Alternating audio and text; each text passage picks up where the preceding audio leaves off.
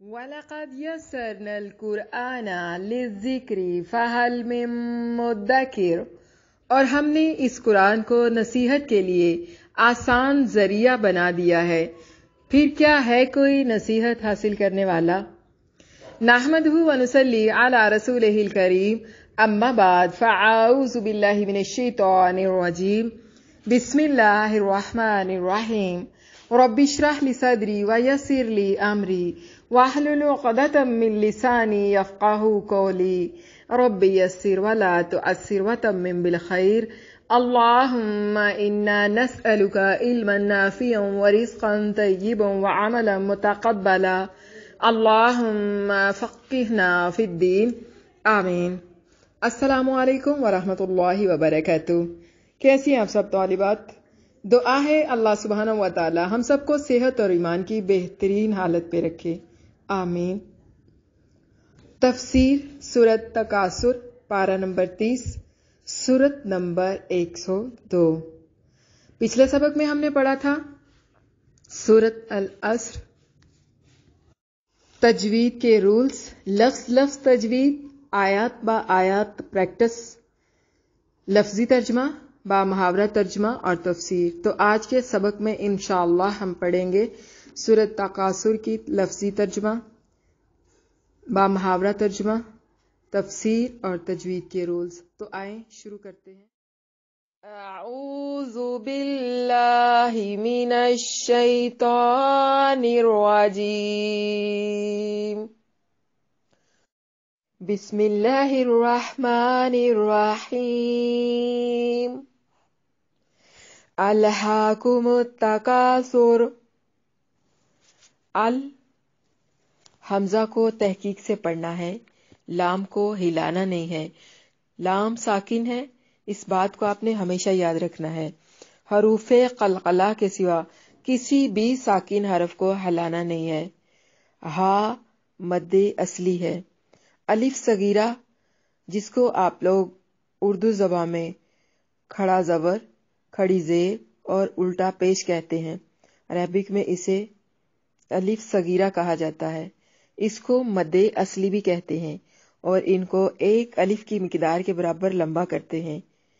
کاف کو باریک پڑھنا ہے، متا، تا کو باریک، کاف کو بھی باریک پڑھنا ہے، متکا، متکا، کاف کو بھی باریک پڑھنا ہے۔ موٹے حروف جو کہ 7 ہیں، خا، صاد، ضاد، غین، طا، قاف، ظا، ان کے علاوہ کسی بھی حرف کو موٹا نہیں پڑھیں گے مگر سوائے 3 حروف کے، جو کہ ایسے ہیں کبھی موٹے پڑھے جائیں گے اور کبھی باریک، اور وہ حروف ہیں الف، لام اور را۔ یہ حروف کبھی موٹے پڑھے جاتے ہیں اور کبھی باریک۔ الف، لام اور را یہ جہاں موٹے ہوں گے ہم وہاں پر انشاءاللہ آپ کی رہنمائی فرمائیں گے، اس کے علاوہ آپ انہیں باریک ہی پڑھیں گے۔ سور، وقف کی صورت میں را ساکن ہو جائے گی، تو اس قاعدے کو آپ نے اپنے مائنڈ میں رکھنا ہے کہ را ساکن سے پہلے فتحہ یا دمہ ہو تو را کو موٹا پڑھتے ہیں۔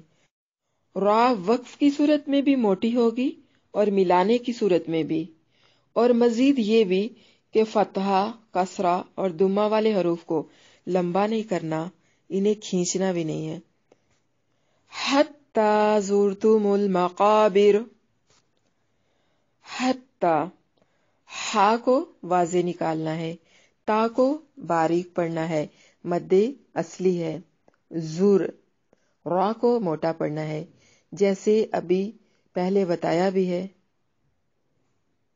تو مل، تو مل، تا کو باریک اور لام کو ہلانا نہیں ہے۔ مقا، قاف کو موٹا ادا کرنا ہے، الف مدہ ہے۔ بر، را کو باریک پڑھنا ہے، را ساکن ہو، آیت پہ دیکھیں، جب وقف کیا تو را ساکن ہو گیا۔ یہاں پر بھی آپ نے ایک قاعدہ یاد رکھنا ہے کہ را ساکن سے پہلے کسرہ یعنی زیر ہو تو اس را کو باریک پڑھا جائے گا، تو وقف کی صورت میں را باریک ہوگی۔ ملانے کی صورت میں را موٹی پڑی جائے گی، کیونکہ ملانے کی صورت میں را پر فتحہ یعنی زبر پڑی جائے گی اور فتحہ والی را موٹی پڑی جائے گی۔ کلا سوف تعلمون، کلا، اس لام کو موٹا نہیں کرنا، لا الف مدہ ہے، سو، سین کو باریک سیٹی کے ساتھ پڑھیں گے، یائے لین ہے، واو ساکن سے پہلے فتحہ ہو تو اسے واو لین کہتے ہیں، اور واو ساکن سے پہلے دمہ ہو یعنی پیش تو اسے کہا جاتا ہے واو مدہ، جیسے تعلمون، منہ واو مدہ ہے، کیونکہ واو ساکن سے پہلے دمہ یعنی کہ پیش آئی ہے تو اس لیے اسے واو مدہ پڑھیں گے۔ تا کو باریک پڑھیں گے، اور وقف کی صورت میں اس کو لمبا کر سکتے ہیں، تعلمون، ملانے کی صورت میں تعلمون، یعنی نون کے اوپر صرف ہم 1 حرکت پڑھیں گے، واو مدہ، الف مدہ اور یائے مدہ، ان کی مقدار 1 الف کے برابر ہوتی ہے۔ ان کی پہچان، الف مدہ الف ساکن سے پہلے فتحہ ہوگی، واو مدہ واو ساکن سے پہلے دمہ، یائے مدہ یا ساکن سے پہلے کسرہ ہوگی، اور ان کی مقدار 1 الف کے برابر ہوگی۔ ثم کلا سوف تعلمون، سا کو نرم ادا کرنا ہے، میم مشدد پہ غنہ لازم ہے، کلا الف مدہ ہے، کاف کو باریک پڑھنا ہے، سوفا، سین کو باریک سیٹی کے ساتھ پڑھیں گے، واو لین ہے، تعلمون، لام کو باریک پڑھنا ہے، تا کو بھی باریک پڑھنا ہے، منہ واو مدہ ہے، وقف کی صورت میں مد کر سکتے ہیں، تعلمون، تعلمون، کلا لو تعلمون علم الیقین، کلا، کاف کو باریک پڑھنا ہے، الف مدہ ہے، لو، واو لین ہے، واو ساکن سے پہلے فتحہ آیا ہے تو اس کو پڑھیں گے واو لین، لو، تعلمون، تا کو باریک پڑھنا ہے، لام کو بھی باریک پڑھنا ہے، منہ واو مدہ ہے، واو ساکن سے پہلے دمہ آیا ہے، تعلمون علم الیقین، عین کو واضح پڑھنا ہے، لام کو ہلانا نہیں ہے، مل یقین، مل، میم کو باریک اور لام کو ہلانا نہیں ہے، یقین، قاف کو موٹا ادا کریں گے، اور یہ یائے مدہ ہے، یا ساکن سے پہلے کسرہ ہے، وقف کی صورت میں مد کر سکتے ہیں، یقین، یقین، لَتَرَوُنَّ الْجَحِيمَ، لام کو باریک پڑھنا ہے، تا کو بھی باریک ادا کریں گے، را کو موٹا ادا کریں گے، ون، ون، نون مشدد پہ ہمیشہ غنہ کرنا ہے، یعنی نون مشدد پہ غنہ لازم ہے، جحیم، جحیم، ہی یائے مدہ ہے، یا ساکن سے پہلے کسرہ ہے، یہاں مد کی صورت میں میم ساکن ہو جائے گی، مد کر سکتے ہیں، جحیم، جحیم، ثم لترونها عین الیقین، سا کو نرم ادا کرنا ہے، میم مشدد پہ غنہ لازم ہے، لام کو باریک پڑھیں گے اور تا کو بھی باریک پڑھیں گے، ون،